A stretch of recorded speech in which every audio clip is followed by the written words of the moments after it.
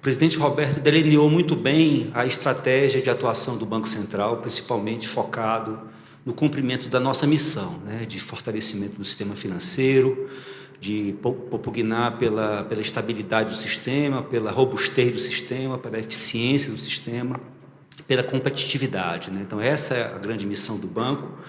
E o presidente tem guiado isso muito fortemente nesse pilar que ele delineou, no que diz respeito ao PIX, ao Open Finance, ao CBDC, né, a moeda digital.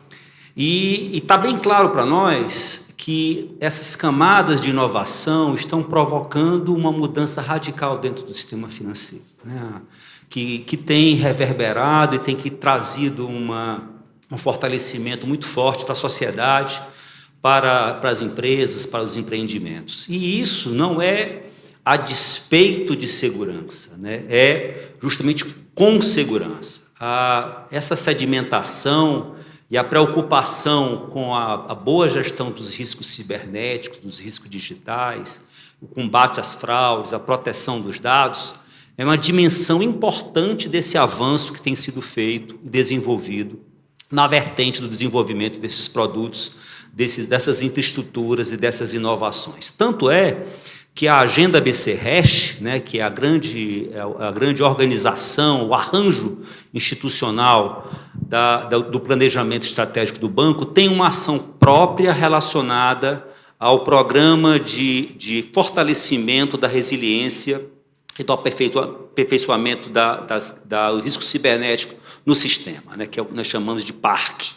E é em cima dessa camada de melhor entendimento dos riscos cibernéticos, digitais que as organizações estão sofrendo, o mapeamento adequado desse risco, o diagnóstico desse risco, a identificação das grandes fragilidades, o compartilhamento dessas informações e a mobilização do sistema como um todo, forma esse ambiente do qual a gente tem avançado com muita segurança, com muita atenção, para que o bem maior que reside em cima da crença, da credibilidade, da confiança no sistema, continuem inabaláveis como são até hoje. Então, é esse grande panorama que a gente gostaria de compartilhar e agradecer mais uma vez a oportunidade de estar aqui, Fernando. Muito obrigado, Adalberto. Agora queria passar a palavra para o advogado, ex-procurador-geral adjunto do Banco Central do Brasil, Marcel Mascarenhas. Por favor, 5 minutos para suas considerações iniciais. Muito obrigado, bom dia a todas e a todos. Agradeço o convite do Poder 360, parabenizo pela iniciativa, cumprimento também os colegas de painel. E quando a gente fala de LGPD, proteção de dados, fica muito claro, né, que o legislador ele colocou a proteção de dados pessoais como uma figura central em todas as relações jurídicas no país. Mas é importante notar também que a LGPD não trata apenas do respeito à privacidade, da inviolabilidade da intimidade, da honra da imagem, mas também do desenvolvimento econômico e tecnológico, da inovação, da livre iniciativa, da livre concorrência. Então, estamos diante de um cenário que tem como pressuposto a possibilidade de utilização dos dados pessoais, tanto em benefício dos titulares, como também em benefício do desenvolvimento das atividades econômicas, desde que, por óbvio, observando certos princípios, regras e condutas. Dentre esses princípios, o que mais interessa aqui para o debate de hoje é o princípio da segurança, né? E falando um pouco mais de sistema financeiro e sistema de pagamentos, essa segurança é até mais ampla, como já foi falado no painel anterior, do que a proteção de dados propriamente dita. Ela envolve a segurança das transações e dos sistemas, ela envolve a prevenção à lavagem de dinheiro, envolve também a experiência do usuário, a transparência, né, que esse usuário precisa ter em relação a todos os produtos e serviços, envolve também o combate propriamente à criminalidade, sejam aquele oriundo de ataques cibernéticos ou também de aquela criminalidade violenta, né? Já foi falado aqui das saidinhas, né? Dos sequestros relâmpagos e tudo mais. Mas, de modo geral, esses são desafios, né? O Banco Central e o Conselho Monetário têm tratado da segurança primeiramente de uma forma esparsa na regulação, mas depois veio uma norma específica sobre segurança cibernética, focando em processamento de dados, armazenamento na nuvem, política de segurança cibernética para prevenção a vulnerabilidades. Depois, a regulação do PIX também teve um foco muito grande na segurança e no sigilo de dados. No Open Finance, há uma atenção toda especial ao consentimento, porque ela é a base, a premissa para o compartilhamento de dados cadastrais, de transações e para a comunicação de serviços. E, enfim, hoje a gente tem um cenário em que, de modo geral, as instituições têm desafios, como foi falado no início de um relacionamento, como um onboarding. Isso envolve validação eletrônica de documentos, reconhecimento facial, biometria de modo geral, a questão da geolocalização. Há também um desafio do monitoramento contínuo das transações em tempo real, até para verificar se aquela operação de pagamento, aquela movimentação financeira está sendo pela pessoa que é titular da conta, que é o dono daqueles recursos. Já foi falado aqui do desafio das contas laranjas, das contas de aluguel. Existem os desafios relacionados à utilização de Big Data, inteligência artificial como um todo, que, de modo geral, são aliados para a prevenção de fraude. E tem todo o desafio que vem agora com ativos virtuais, metaverso, enfim. Mas o lado bom, o lado positivo, é que o sistema financeiro, o sistema de pagamentos, tem uma experiência exitosa no tratamento de dados pessoais. Isso por conta de uma regulação que é focada em todas essas facetas da segurança, uma autorregulação complementar, uma experiência das instituições reguladas em transações sigilosas, em transações eletrônicas, um histórico de prevenção à fraude, como no caso dos cartões de crédito, que foi um problema do passado, que hoje é muito residual. E, enfim, toda também essa interação e essa colaboração que se tem, não só com o Banco Central, mas com as instituições de proteção do consumidor e também as instituições que fazem a investigação e a repressão à criminalidade.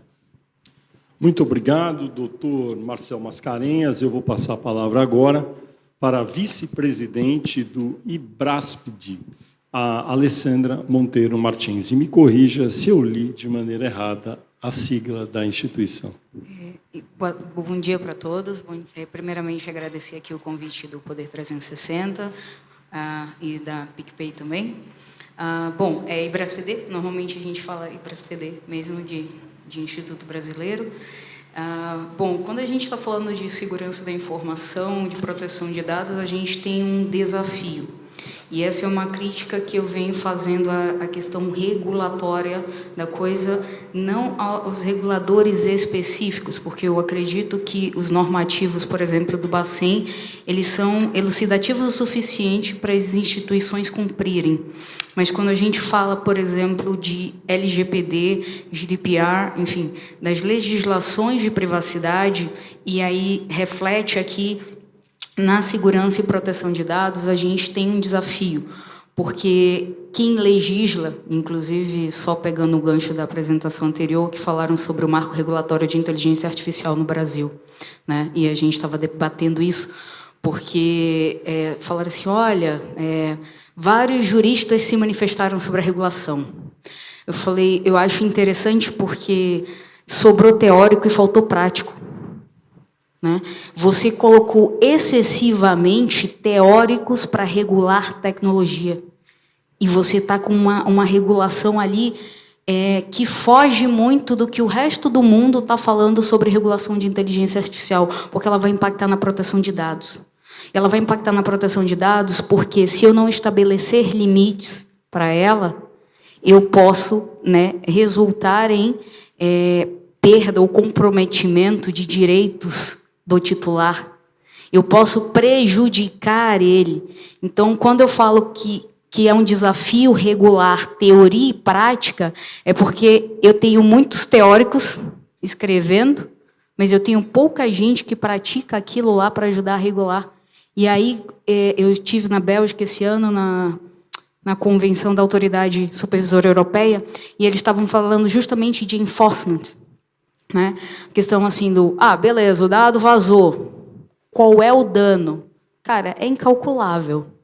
eu não sei o que pode ser feito com dado vazado. E aí, pegando a fala anterior do presidente do Bacen, eu me preocupo sim com o CPF, porque esse próprio site que o Segovia citou ali, o cara quer saber se o CPF tem dono, se ele existe, está ativo. Com o CPF ativo, eu não preciso ir na Deep nem na Dark, eu vou no Google e puxo a ficha todinha da pessoa, monto um profile, e aí eu tenho um desafio gigante para a biometria facial chamado deepfake.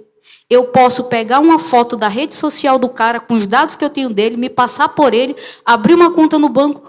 Como que eu provo, o titular vai provar, que não foi ele? Porque a deepfake está tão bem feita que como é que aquele algoritmo ele vai pegar, e aí a gente tem que entender as limitações da inteligência artificial. Eu boto parênteses, porque ela não é tão inteligente assim. Ela se alimenta dos nossos dados para poder ela sair dali com alguma coisa.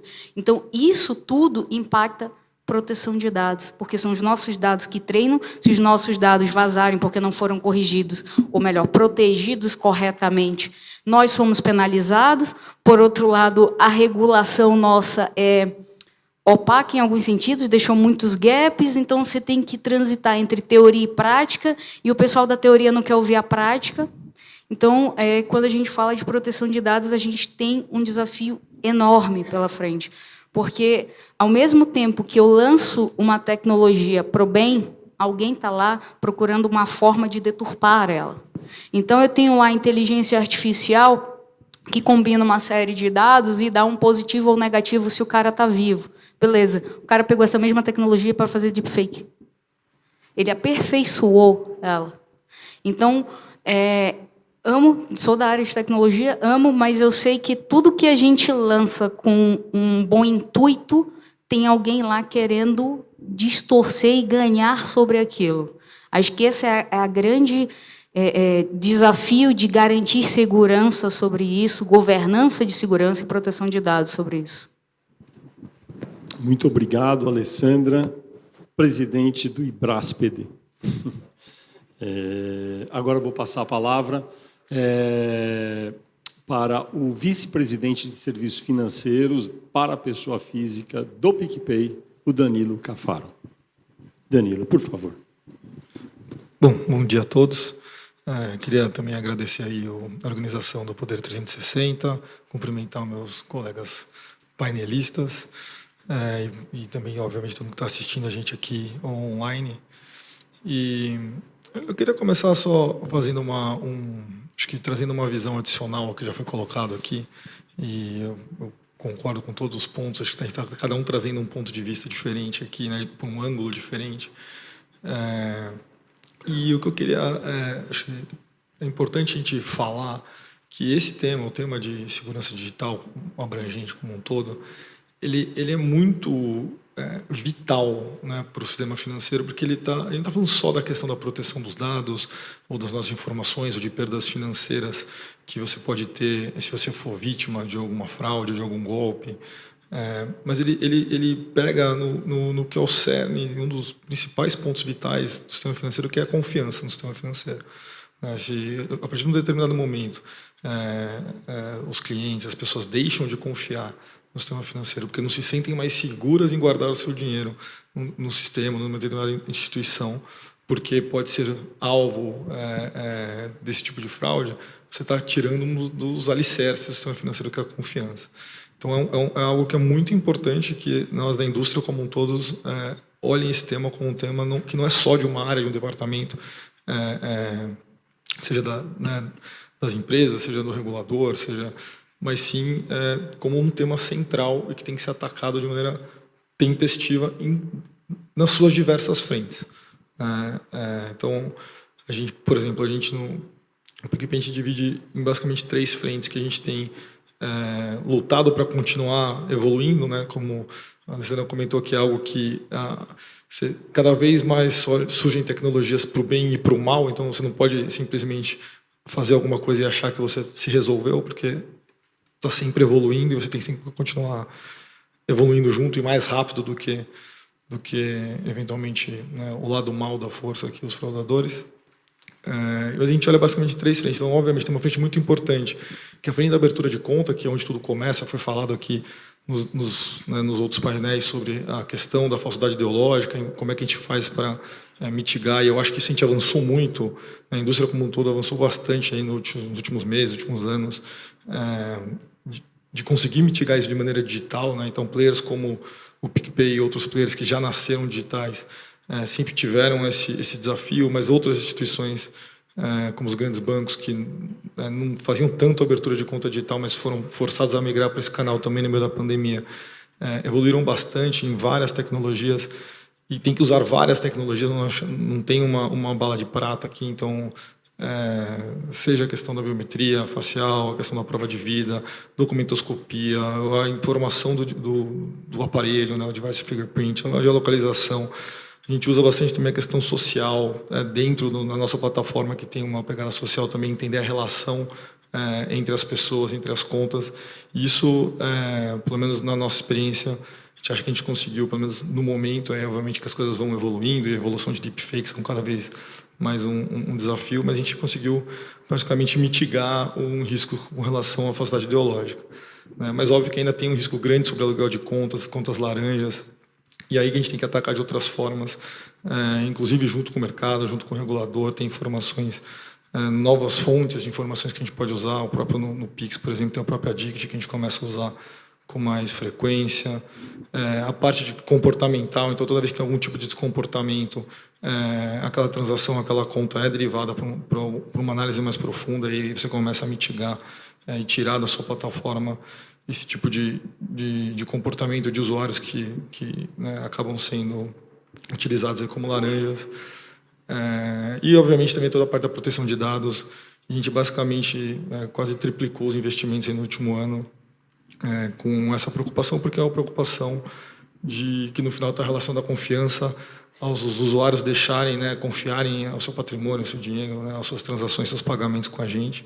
No caso do PicPay, são mais de 20 milhões de usuários que têm saldo em conta com a gente, quase 10 bilhões de saldo em conta com a gente, então é algo que é muito importante e que a gente vê com olhos assim, de querer tirar a nota máxima, né? Não só ali passar de ano, mas a gente quer ser o primeiro da classe nesse tema.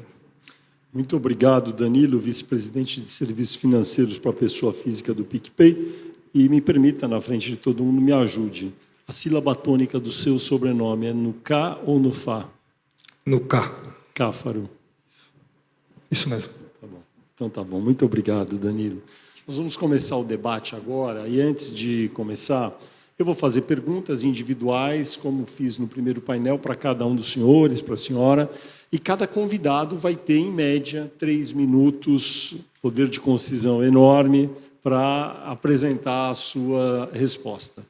Esse painel vai durar aproximadamente 45 minutos, mais uma contribuição nossa aí para esse debate tão relevante. Então, a primeira pergunta para o Dr. Marcel Mascarenhas, que é a seguinte: o artigo 6º da LGPD trata dos princípios da segurança e da prevenção para a proteção de dados pessoais. Isso é o que a gente sabe. O que esses pontos da lei sinalizaram tanto para o regulador como para as instituições financeiras de necessidades que precisam ser implementadas para a segurança no ambiente digital? Muito obrigado pela pergunta, Fernando. Eu acho que a primeira mensagem muito clara é a centralidade da proteção de dados na relação entre instituições financeiras de pagamento e seus clientes. Tá? Isso vale tanto para o regulador quanto para as instituições em si. O regulador, no caso, principalmente o Banco Central e o Conselho Monetário, no que toca ao sistema financeiro, ele já tem essa experiência por conta da lei de sigilo bancário, do elemento da confiança, que foi muito bem pontuado pelo Danilo, já tem esse histórico de cuidado na previsão de regras gerais sobre o tratamento de informações dos seus clientes. Isso foi visto em normas como abertura de contas, relacionamento com o cliente, agente de crédito rural, correspondente bancário.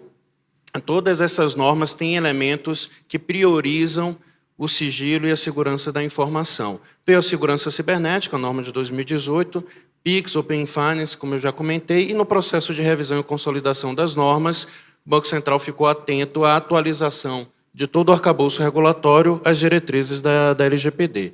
No caso das instituições financeiras e de pagamento, né, de novo, o lado positivo é que elas já são obrigadas a ter uma estrutura de gerenciamento de risco que dê conta de todos esses elementos. Mas é óbvio que não existe um padrão único de segurança digital. Cada instituição precisa adequar, né, as regras gerais à sua realidade, considerando o porte da instituição, o perfil dos seus clientes, o tipo de atividade desenvolvida. É o que o Banco Central sempre fala em proporcionalidade, em segmentação, né, e tem que customizar o plano, né, de conformidade de privacidade, que também é previsto na LGPD. Isso envolve medidas como identificação das bases de dados pessoais, a avaliação do nível de risco dessas informações pessoais existentes naquela instituição, de acordo também com as atividades desempenhadas. Isso envolve um planejamento de ações de tratamento, estabelecimento de um plano de ação e de resposta a incidente, envolve também um treinamento do seu corpo funcional, passando pela alta administração de cada uma dessas instituições, porque tem que ter um comprometimento real, precisa de um monitoramento contínuo das transações, uma reavaliação constante das metas e das métricas, né, de aplicação da ferramenta de segurança. Enfim, é toda uma estratégia, né, que é combinada para permitir que se tenha, ao final, um produto que seja confiável, que gere uma transparência na comunicação com o cliente e que possa ser evoluído com o tempo, porque a inovação também não para e os ataques também não param, são o tempo todo customizados para aproveitar vulnerabilidades. Muito obrigado, doutor Marcel. Agora vou passar a palavra para o Adalberto. Por favor, Adalberto, que é do Banco Central. A pergunta é a seguinte: um levantamento da Apura, Consultoria de Segurança de Dados, mostrou que só no ano passado, 2021, houve um crescimento de 141% de ataques cibernéticos no setor bancário. É bastante. Atualmente, há uma corrida por soluções que facilitem a vida dos clientes, como a gente está vendo aqui, principalmente com operações digitais. A pergunta: como equilibrar esse avanço dos serviços todos e a exposição dos dados? O elemento central, né, de preocupação é justamente esse ponto da confiança dos clientes, da sociedade, para com as instituições financeiras, né? Da mesma forma que temos que ter preocupação com a solidez patrimonial, né, que o nosso recurso está numa instituição sólida, também os nossos dados, também as nossas informações, as nossas transações precisam estar bem resguardadas, né? Então, daí a gente tem colocado como um ponto central o fortalecimento das estruturas de gestão de risco por parte das instituições, né? As normas, a regulação do banco tem sido muito contundente nesse sentido, mas o que a gente está vendo dentro desse processo, Fernanda, é que não é um elemento de per si, não é só a solidez e a rigidez e a eficiência de uma instituição por si só que aufere um grau de segurança, né? Esse elemento é um elemento de transação, a gente está falando sempre de interoperação, a gente está falando de fluxo de informações entre instituições. E as instituições, elas têm diferentes formas de lidar com o risco. Os seus padrões de gestão são díspares, né, até o porte, né? Então, a gente está vivendo um momento de profusão, de entrada de novas instituições financeiras de pagamento, fruto da atuação do Banco Central, fruto da nossa grande esforço de aumentar a competição para diminuição de custo dentro do sistema, mas isso enseja a necessidade de cooperação. Isso enseja a necessidade de que todos os agentes estejam atuando não dentro de uma perspectiva de competição, que esse é um traço que dificulta a atuação, porque as instituições tradicionalmente têm uma postura de competição, para passar a ter um compartilhamento, uma cooperação, uma ação integrada, de tal forma que o sistema como um todo seja rígido. Então, o nosso grande trabalho tem sido aumentar o grau de confiança das instituições entre si, criar canais de interlocução sobre incidentes, sobre ocorrências, sobre melhores práticas, de tal forma que os avanços auferidos por algumas instituições sejam compartilhados e o elo mais frágil dessa grande cadeia seja forte, né? A gente sabe que a fortaleza de uma corrente está sempre na medida do seu elo mais fraco, e a gente tem propugnado e atuado com muita veemência para que as pequenas instituições, os novos entrantes, já entrem com padrões de atuação bem sólidos, com melhor conhecimento do cliente, o processo de onboarding, mesmo que digital, seja cercado de mecanismos de conferência, mecanismos de asseguração da boa procedência, de tal forma que a gente possa disseminar por todo o sistema os avanços tecnológicos que têm sido conseguidos graças a grandes investimentos e graças também à regulação muito atenta e muito pronta por parte do banco.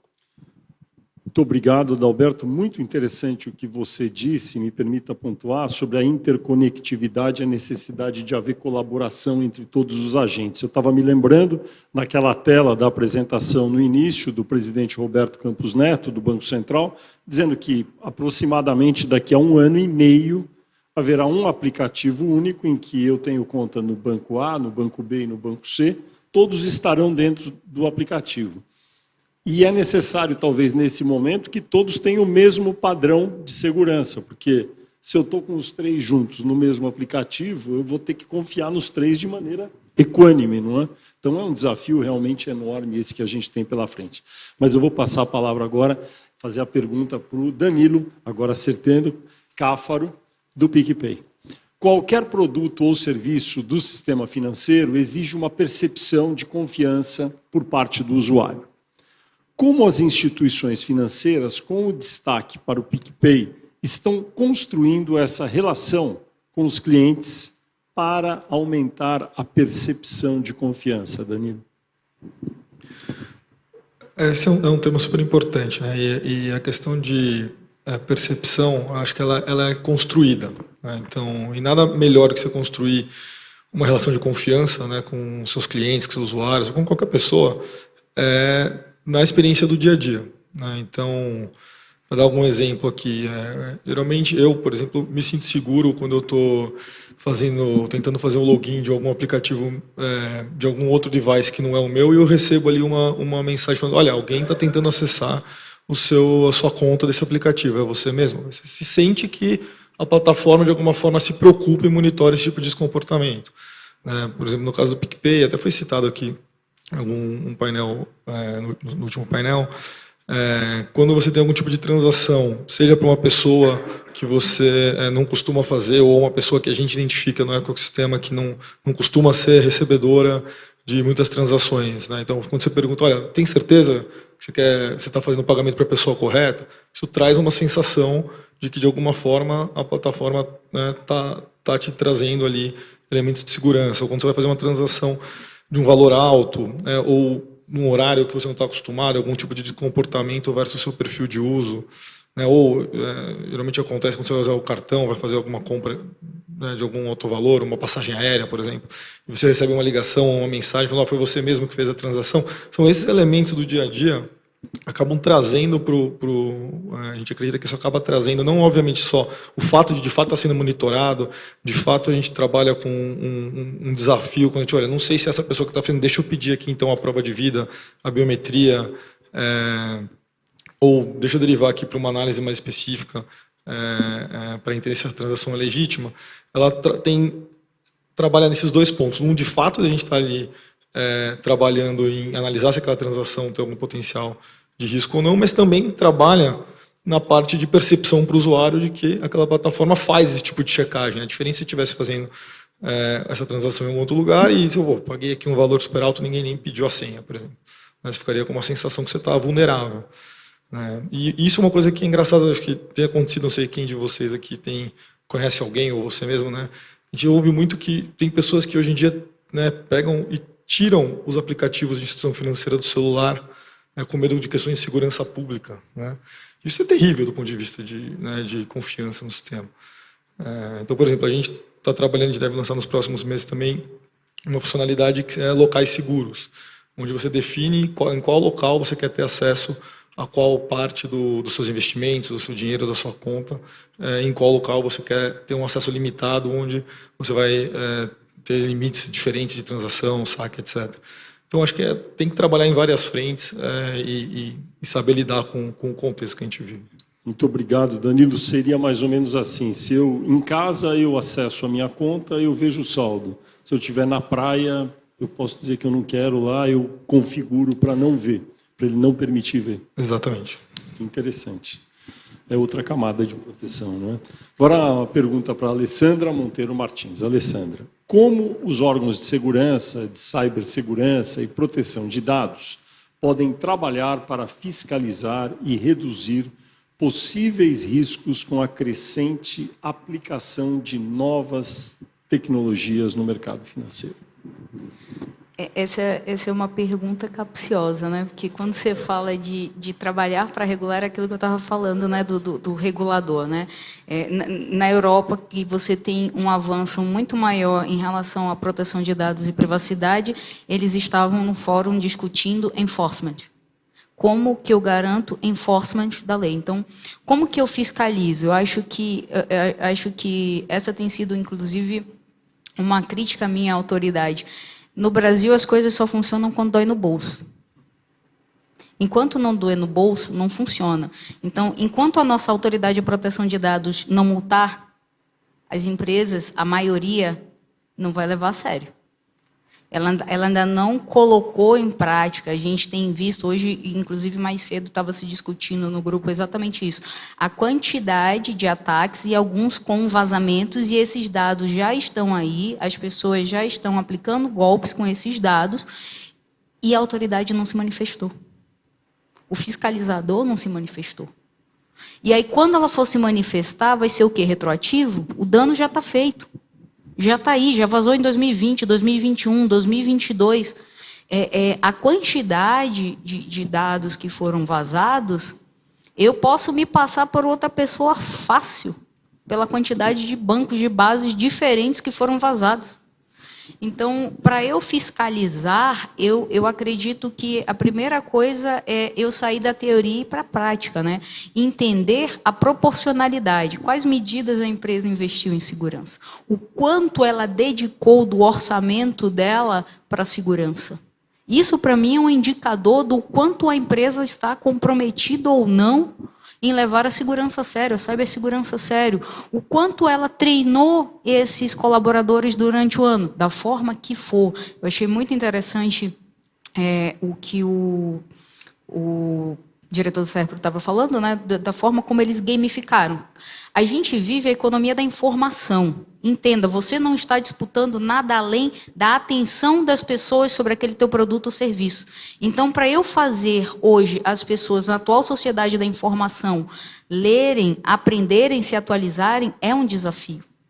E aí, eu não faço isso se eu não compartilhar a responsabilidade dentro da empresa. Não pode ser assim, segurança é a responsabilidade da área de segurança. Não, é todo mundo. Então, quanto a empresa engajou todo mundo nos treinamentos, ela investiu em novas tecnologias de prevenção à fraude, de detecção de incidentes, de resposta, de monitoramento, de forense. Quantas análises pós-incidentes foram concluídas para entender a causa raiz? Porque eu já comecei a ver a judicialização disso. Tá? Não só de LGPD, mas de ataques de malware. A empresa revertendo aquilo contra o prestador ou contra o integrador. E aí aquele jogo de empurra um para o outro. Quer dizer, como que eu fiscalizo? Eu tenho que entender da técnica e eu tenho que estabelecer indicadores para entender um baseline ali e dizer assim, não, realmente a empresa estava comprometida, mas ainda assim, né, houve um incidente. Muito obrigado, Alessandra. Perguntar agora para o Adalberto. Adalberto, como os órgãos de fiscalização podem atuar para reduzir a disseminação dos crimes cibernéticos? Aí até conversando com o que disse a Alessandra. Exato. Essa é uma tarefa que hoje é acometida a toda a sociedade, na verdade, né? Assim, a preocupação de resguardar os indivíduos, cidadãos, né? Os clientes dessa situação delituosa e é um papel assim muito clamoroso, porque a gente vê os menos favorecidos, os mais vulneráveis sendo vítimas disso, né? Então, nesse sentido, há um trabalho muito intenso por parte dos órgãos todos do setor público, né, e capitaneados pelo Gabinete de Segurança Institucional, pela Polícia Federal, pelos órgãos de governo, pelos reguladores, o Banco Central, a CVM, SUSEP, as empresas de telecomunicação. Então, estamos criando fóruns e instâncias, né, de discussão e de debate, não só sobre aprimoramento das regulações, mas, acima de tudo, de aspectos práticos, né, que a gente possa facilitar não só a resiliência das instituições, mas também garantir com que as pessoas tenham maior facilidade de evitar, né, serem vítimas dessa circunstância. Então, a gente tem, junto com a Secretaria de Segurança Pública do Brasil, ajudados por vários órgãos, tentando criar instâncias e mecanismos de evitar que as instituições sejam vítimas, né, do mau uso das contas correntes inadequadas, que a gente possa criar uma forma de evitar o mau uso das instituições por conta de hackers, por conta de organizações criminosas, e, acima de tudo, facilitar que a gente possa estar pronto a responder pelos incidentes, né? O mais grave do que ter o aumento de ataques, né, que você citou na pergunta anterior, há o aumento de ataque, mas se a gente tem proporcionalmente o fortalecimento dos mecanismos de defesa e da gestão de risco e da gestão de incidentes, para que a gente possa evitar isso, isso nos dá uma capacidade e uma segurança ainda maior. Então, é um bem público, né? A segurança ela é vista como, hoje, algo fundamental para todos nós, e é o concurso do qual o Banco Central vem fazendo esforços juntamente com outros órgãos para criar esse ambiente, essa teia de compartilhamento e, acima de tudo, de fortalecer as camadas de defesa das instituições para que elas não sejam vítimas, para que elas não sejam mal usadas por essas organizações criminosas, pelos hackers e pelas pessoas de má fé, né? A gente tem certeza que o aumento dessa capacidade de gestão e de resposta e o fortalecimento da resiliência, ele é um caminho, juntamente com a educação financeira, juntamente com campanhas de conscientização. Então, é um esforço da sociedade como um todo, do qual, obviamente, o Banco Central faz parte, e se orgulha de poder fortalecer isso e ser um ator privilegiado, um protagonista nessa atuação juntamente com outras instituições. Muito obrigado, Adalberto. Pergunta agora para o Marcel. Marcel, entre os avanços no ecossistema financeiro está também o Open Finance. Segundo dados levantados pela Akamai Technologies, que é uma gigante aí do setor digital, 52% dos brasileiros ainda não estão dispostos a permitir o compartilhamento de dados entre as instituições. A que o senhor atribui esse comportamento ainda receoso dos consumidores e como é possível potencializar a adesão dos clientes a essa ferramenta? Muito obrigado, pergunta bastante oportuna. Eu acho que o primeiro elemento que me vem à mente é que, diferentemente do Pix, que é um estrondoso sucesso, o Open Finance ele não é uma ferramenta de resultado instantâneo. Não é o usuário clicar um botão, autorizar o compartilhamento de dados e ele já recebe algo vantajoso em troca. Ele primeiro precisa autorizar o compartilhamento de dados e passar por uma avaliação, né, do seu perfil pela instituição receptora, que vai avaliar se os produtos que ela oferece casam com a necessidade daquele cliente, né, e se o perfil de risco daquele cliente permite a oportunidade de uma oferta de uma condição mais vantajosa do que ele tem na instituição de origem. Além disso, há uma certa desconfiança ainda do usuário em relação a dois pontos, eu diria. O primeiro, se o dado que ele está passando vai ser utilizado apenas para a finalidade declarada, né? E o segundo ponto, né, se de fato esses dados estarão resguardados pela instituição, né, de qualquer ataque cibernético ou de qualquer, enfim, malícia ali no uso indevido daquela informação. Então, temos aqui, e ainda acrescentando, se de fato virá algum benefício daquele compartilhamento. Então, ele diz, pô, eu não vou compartilhar porque eu não sei se realmente vai vir algo vantajoso para mim. Bom, eu acho que o primeiro elemento para tentar evidenciar a importância da adesão é elevar o nível de conhecimento da população sobre o funcionamento e a utilidade do Open Finance. Tá? O primeiro aspecto quanto ao funcionamento é de que os dados só são compartilhados mediante consentimento, que precisa estar vinculado a uma autorização específica, né, que temporária, inclusive, né, e que a instituição está obrigada a não avançar naquele dado. Né? E, nesse ponto, eu acho que o lado bom, de novo, eu gosto sempre de realçar o lado positivo, é que as instituições que participam do Open Finance são instituições reguladas pelo Banco Central, sujeitas à supervisão e que possuem uma estrutura de gerenciamento de risco, então é esperado que elas ofereçam os melhores esforços para a proteção de dados. O segundo ponto, e aí o ponto da utilidade, vai ser realmente, né, benéfico, basta comparar com a situação atual. Se você não compartilhar, talvez você seja privado de receber ofertas. Né? A partir do momento em que você compartilha, existe essa possibilidade. E o que vai mesmo, eu acho, alavancar essa estrutura é a tecnologia. Quanto mais houver a possibilidade de comparação dos preços e das práticas das instituições, quanto mais fácil for o uso, por exemplo, num aplicativo único, né, no marketplace dentro de uma instituição financeira fazendo Pix, crédito, e que você tem ali comparabilidade, isso permite conferir liberdade de escolha ao usuário, e aí ele vai se sentir estimulado a participar. Muito obrigado, Marcel. Alessandra, pergunta para você agora. Recentemente, várias cidades do país receberam a conexão 5G de internet. Essa novidade traz também uma preocupação, uma vez que a superfície de ataques vai ser ampliada. Como as companhias, em especial os bancos, devem se preparar para essa nova situação? Bom, vocês vão rir, mas isso sempre acontece comigo. O 5G, eu tenho um outro apelido para ele, porque toda vez que ele aparece esse sinal no celular, filho, ele parece uma carroça andando.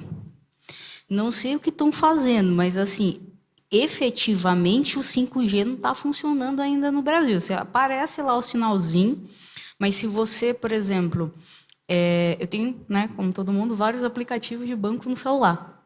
Se eu, por exemplo, tiver com o meu e-mail, WhatsApp, 2, 3 aplicativos, ele demora um pouquinho, tá? Então, assim, acredito que, sim, quando a tecnologia estiver 100%, vai ser um desafio. Por quê? Porque a velocidade de conexão vai ser maior. Então, a mobilidade, a cobertura, em teoria, vai ser maior. Então, a questão do local seguro vai ser importante. Porque eu vou ter, esse parâmetro vai ser expandido. Às vezes, as pessoas até não se deslocam por conta da cobertura ou da velocidade da internet. Eu digo porque eu trabalho no modelo home. Então, qual é o desafio? Pega a internet? Então, beleza, eu posso ir para lá. Não pega a internet. Então, observar o comportamento do usuário, de locais, né, de geolocalização dele, é um dado pessoal que eu vou ter que coletar, mas aí eu tenho uma base legal para isso, né, prevenção à fraude. Por quê? Porque eu tenho que ter certeza que aquele deslocamento que ele fez é possível, é ele, né? E aí o 5G vai, na minha forma de visão, né, quando ele realmente estiver 100% operacional, ele vai facilitar isso. Porque, em teoria, ele vai expandir a cobertura e dar agilidade. Então, o desafio vai ser justamente esse, entender o comportamento do deslocamento do usuário para saber, assim, é possível ou não esse deslocamento, né? E saber que vai ser muito mais difícil eu controlar a velocidade de determinadas transações. Por exemplo, eu sou fã do Pix, but eu creio que um princípio de Security by Design não foi incorporado nele, que é o falhar com segurança. Tá? Quando a gente fala de falhar com segurança, é eu poder, entre outras coisas, se ele errar, né, se ele falhar, ele não expor dados a mais. Mas também dentro disso eu tenho um outro princípio que é dar o rollback, voltar atrás quando eu faço uma ação indesejada. Hoje, por exemplo, Ficou conhecido um caso aí famoso de uma empresa que fez um Pix errado e o cara pegou, viu o dinheiro na conta dele, ficou feliz da vida, foi lá e pegou. E aí, para a empresa reaver, né, esse dinheiro, ela está tendo que entrar na justiça. Então, qual seria a questão aí? Cara, no 5G eu vou fazer um Pix muito rápido. Eu tenho que ter alguma outra trava de segurança, porque eu posso fazer um Pix errado. Eu sou humano, eu posso errar, eu posso... Às vezes você está no aeroporto, você está numa correria, você vai fazer um Pix errado, você tem que ter uma forma de confirmar e dar um rollback. Dizer assim, olha, a sua transação para fulano de tal no valor XPTO está sendo realizada. Tipo, ok? Ou, sei lá, cancela. E aí você exibe essa mensagem por um X tempo. Porque, assim, lembra que a conexão vai ser rápida. O cara mal deu ok, já foi. 5G. Então, você vai ter um desafio não só da localização, mas de colocar outras formas de confirmar ou voltar atrás para o usuário, para que ele ou não transfira errado ou não faça alguma coisa para quem não deveria. Muito interessante. Muito obrigado, Alessandra. Gostei muito da expressão falhar com segurança. Muito importante. Perguntar agora para o Danilo. Danilo, o PicPay criou, neste ano, a Central de Segurança, que é um canal para orientar clientes a se protegerem de roubos, violações de dados pessoais. Qual é o papel dessa orientação para os usuários para o bom funcionamento do sistema financeiro digital, de modo que as pessoas se beneficiem das facilidades da tecnologia e, sobretudo, se sintam protegidas?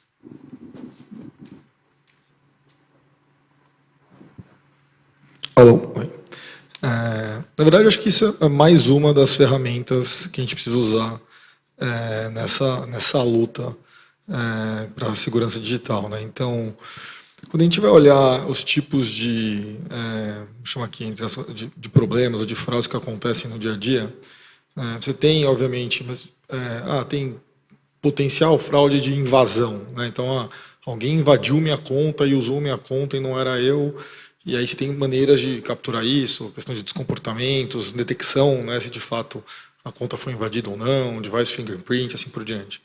Você tem outras situações que são situações, por exemplo, de roubo, né?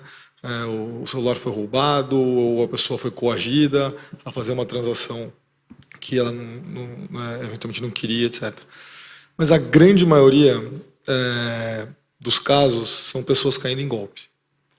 Então, quando a gente vai olhar, né, nos nossos números, né, nas nossas plataformas de atendimento, etc., são pessoas entrando em contato com a gente, querendo reaver algum valor porque ela foi enganada. Ela caiu em algum tipo de golpe, né, seja com engenharia de rede social, seja o golpe mesmo ali de, olha, estava muito barato aquilo que eu queria comprar, eu comprei e não recebi o bem. Aí mas você comprou, mas calma, você pagou um boleto, esse boleto não é da loja, né? Então a pessoa caiu em golpe. Então são vários tipos de golpes e que quanto mais visibilidade a gente, né, dá para a população, dá para os usuários, para os nossos clientes, desse tipo de golpe, maior a chance de não cair, né? Então a Central de Segurança tem um pouco desse objetivo. Então são os lugares onde a gente orienta, traz informações sobre golpes, sobre boas práticas de segurança, de verificação, que as pessoas deveriam buscar fazer antes de fazer algum tipo de transação que é para uma pessoa que ela não conhece, que é desconhecida. E, de novo, isso sozinho resolve nossa vida? Não. Mas é mais uma das ferramentas que a gente entende que tem que ser incorporadas para mitigar, seja até um lugar onde a gente tem até uma ambição de ser um lugar onde a pessoa, antes de fazer a transação, na dúvida, deixa eu checar ali na Central de Segurança se tem algum golpe desse tipo que eu posso estar caindo, né? Então, basicamente, foi com esse objetivo. Legal, Danilo, muito obrigado. Pergunta agora para Adalberto. Adalberto, em 1º de dezembro, o Banco Central anunciou as mudanças que a gente já está conhecendo nas regras do PIX. Por exemplo, a customização do horário noturno, que passa a ser opcional às instituições financeiras. Como essas alterações promovidas pelo Banco Central poderão contribuir para um ambiente digital mais seguro no país e quais responsabilidades a mais são conferidas às instituições financeiras? Excelente pergunta, Fernando. Na verdade, isso vem ao encontro, né, de um processo de aprimoramento desse arcabouço normativo que foi lançado com o advento do PIX, né? É um processo também de aprendizado por parte do sistema. O regulador também vai calibrando melhor os seus instrumentos e por necessidade, inclusive, de padronização e quando do lançamento, a disciplina se mostrou necessária para que a gente tivesse um job único, né, de arranjos, de ferramentas e de instrumentos, de procedimentos nessa trilha de utilização do PIX, né. Com o passar do tempo, com o aprendizado, com o fato do PIX ter entrado no gosto de toda a sociedade brasileira, ser esse sucesso irrefutável, né, está mostrando que existe a necessidade de que haja uma sintonia fina por parte das instituições financeiras junto com os seus clientes, o seu modo de operar. É, de fato, a instituição financeira, a instituição de pagamento, que tem a melhor condição de afeiçoar o seu instrumento, o seu canal, a forma de atuação com o seu cliente, né? Quem conhece o cliente, quem tem que conhecer o cliente é a instituição. Então, na medida que a gente flexibiliza esses arranjos normativos, na medida que a gente dá maior flexibilidade de atuação, isso aporta, sim, como você bem lembrou, sobre as instituições, maior responsabilidade na constituição dos seus procedimentos, dos seus protocolos de atuação e de segurança. Então, a gente flexibiliza, a gente dá maior possibilidade, porque até as instituições estavam se ressentindo de poder construir os seus produtos com uma forma mais individualizada, mais personalizada, mas a exigência da supervisão do Banco Central é uma exigência que vai em cima da capacidade da construção de arranjos de segurança e de gestão de risco adequados. Então, e isso adequado também ao perfil de risco geral da instituição, ao modelo de negócio que ela exerce, aos clientes que ela atua, aos nichos de mercado que ela se propõe a atender. Então, os mecanismos de segurança que a instituição vai ter que constituir para fazer face dessa flexibilidade, elas têm que se adequar ao seu modelo, ao seu padrão de risco e à sua gestão de fraudes e de incidentes, e isso faz parte da atuação do Banco Central. A nossa área de supervisão é a área que está atenta, atuando diretamente com as instituições, justamente para identificar se os modelos de negócio estão consistentes, estão adequados aos riscos que as instituições estão expostas, né? O fato de estar exposto ao risco por si só não é ruim.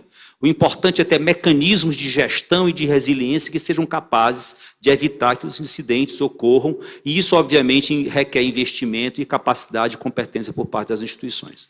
Muito obrigado, Adalberto. Estamos indo aqui para a reta final. Vou ter mais 3 perguntas para o Danilo, para a Alessandra e para o Marcel, começando com o Danilo. Danilo, diante da evolução digital constante, novas formas de interação e de transação digital surgirão nos próximos anos. Como é que é possível tornar o ecossistema digital mais seguro e confiável diante desses avanços que são inexoráveis e não param? Bom, de novo, aqui eu acho que tem uma fórmula mágica, né? uma bala de prata, né? Acho que é uma série de coisas que a gente já vê evoluindo e acontecendo. O uso da tecnologia também a favor da segurança. Muitas vezes a gente vê algumas discussões de mas você vai colocar numa transação, vai pedir uma autenticação da biometria para provar que a pessoa é a pessoa mesma, isso pode atrapalhar a transação, mas você tem que sempre pesar, né, a segurança daquela transação. Eu me sinto mais seguro autenticando do que não autenticando, por exemplo. Então, acho que muita coisa tem evoluído, várias coisas que a gente já comentou aqui, mas acho que uma principal, quando a gente fala do tema de segurança, está relacionada à cooperação. Né? A cooperação, né, do ecossistema como um todo, do mercado, com o regulador. A gente, por exemplo, coopera não só na parte de prevenção, mas até na parte de... tem muitas quadrilhas, né, que acabam se aproveitando, inclusive com as polícias, depois, no pós-fato, a gente ir atrás de organizações criminosas. Mas a cooperação na prevenção ela é super importante, porque muitas vezes, quando a gente fala principalmente da questão de conta laranja, etc., aquela conta que foi já utilizada numa instituição, ou aquele CPF, pode ter contas em outros CPF, em outras instituições que em algum momento, né, pode ser utilizado também. E ter essa informação compartilhada com um viés de prevenção leva a gente para um outro patamar. Então, são temas que acho que a gente já tem avançado como indústria e tem bastante para avançar ainda aí no futuro. Legal, Danilo, muito obrigado. Alessandra, para você agora. A LGPD trouxe um grande avanço no campo da segurança e da proteção de dados. É preciso avançar em termos de legislação? O que precisa exatamente ser normatizado a esta altura? Como eu falei inicialmente, né, existe um gap entre a teoria e a prática. Nós nos enchemos de teóricos, a legislação, mas eles estão apanhando da prática. Como é que eu fiscalizo isso na prática? Como é que eu transformo, por exemplo, o meu artigo 50, que fala de um programa de governança em privacidade, em prática, né? Eu atuo no mercado já desde 2018, com a parte de adequação, e você vê diferentes níveis de maturidade das empresas em relação a isso. E como eu falei, existem empresas ainda que não se adequaram completamente por dois motivos. Um, como eu falei, não doeu no bolso ainda. A autoridade ainda não multou ninguém, então está todo mundo, dá tempo, espera, bota no orçamento do ano que vem e tal. E segundo, essa questão da segurança, eu digo que a LGPD ela veio cobrar um que a gente chama de débito técnico, né, na área de tecnologia. Um débito técnico antigo da área de segurança. Porque, tirando multinacionais e empresas altamente reguladas, como bancos, etc., quantas empresas de verdade no Brasil investiam em segurança e cibersegurança? Eu atendi várias empresas que diziam assim, não, isso só acontece em filme, aqui não acontece. E aí, quando você teve uma pandemia que forçou todo mundo para um trabalho remoto, você teve que digitalizar o trabalho na marra, essas pessoas tiveram que ir para casa, e elas tiveram que trabalhar fora do escritório, e isso trouxe o quê? Uma superfície de ataque gigante, porque dentro da casa delas, elas não têm a mesma segurança que na rede da empresa. Mas a empresa teve que fazer isso para não parar. Então, o débito que ela não investiu por anos, ela sucateou a segurança, ela teve que correr, pela pandemia, 2, pela legislação. Então, resolver isso não é simples.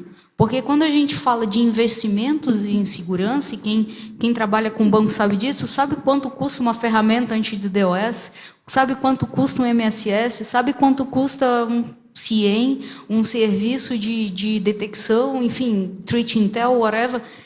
E aí, me assustou até quando o diretor do SERPRO falou o investimento, que eu falei, isso é anual ou isso foi nos últimos 4 anos? Porque se eu levar em consideração que isso é anual, eu estou com um investimento ok. Se eu levar em consideração que ele está falando de 4 anos, é muito pouco. Porque a gente sabe quanto custa a ferramenta na área de segurança, porque elas são baseadas em dólar. A gente tem poucas soluções locais confiáveis. Então, quando você olha para isso, cara, eu como regulador, como é que eu vejo que o cara realmente está cumprindo lá o meu artigo 46 das medidas técnicas e organizacionais? Que medidas são essas? Que baseline é esse? Né? E aí isso tanto serve para a empresa se adequar, quanto para o regulador entender se ele realmente teve boa fé e está aplicando a proteção by design, by default, dentro da empresa dele. Porque eu também vi algumas aberrações, né? A pessoa escrevendo política de privacy by design. Eu falei, filho, privacy by design não é política, é prática. Eu não pego esse princípio da lei lá de necessidade, finalidade e adequação. Isso aí tem que estar lá desde o momento em que eu desenho o meu produto ou serviço. Não só no meu pedido de consentimento, mas na jornada do meu cliente. E isso eu acredito que a nossa legislação precisa melhorar em relação a assim. Eu não posso dizer para a sua empresa como ela vai fazer a adequação, mas eu posso definir baselines aceitáveis de adequação. Entendi. Alessandra, muito obrigado. Última pergunta, doutor Marcel Mascarenhas. Como os agentes públicos e privados podem contribuir para fomentar uma agenda de inovação e avanços tecnológicos para melhorar o sistema financeiro no Brasil? Muito obrigado. Eu gosto muito de um dispositivo legal que não é aplicável a todas as situações, mas é uma legislação que eu considero muito moderna e traz uma diretriz né, bastante significativa para o sistema financeiro, o sistema de pagamentos, que é o artigo 7º da Lei 12.865 de 2013, que é o marco legal dos arranjos das instituições de pagamento. Esse dispositivo, ele menciona diversos princípios que são aplicáveis à regulação, tanto para os reguladores como, e aí, agentes públicos, como para os agentes privados, mencionando questões como segurança, proteção de dados, privacidade, transparência, comunicação. Mas, pensando em inovação, pensando em aprimoramento de serviços, tem um preceito que eu acho extremamente relevante, que é o da interoperabilidade.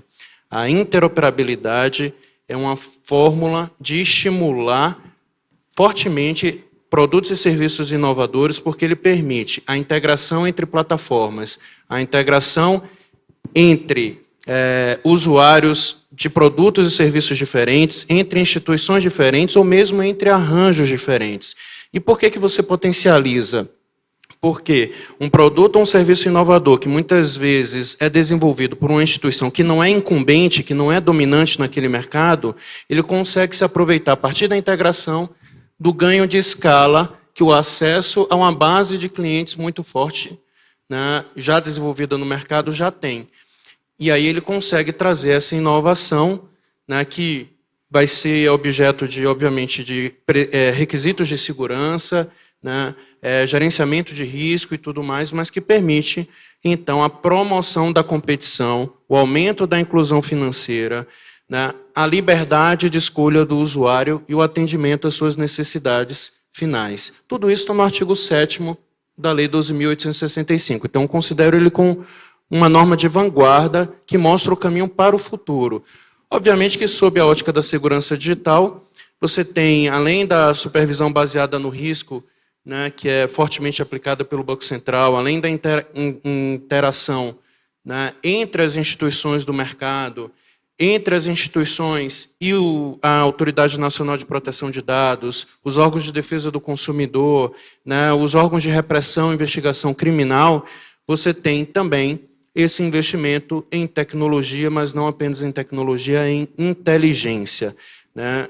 Há necessidade de aliar os esforços e investimentos financeiros com a inteligência para entender qual é a movimentação, qual é o desejo do usuário e aplicar isso com camadas de segurança que permitam o desenvolvimento sustentável, equilibrado e seguro do mercado.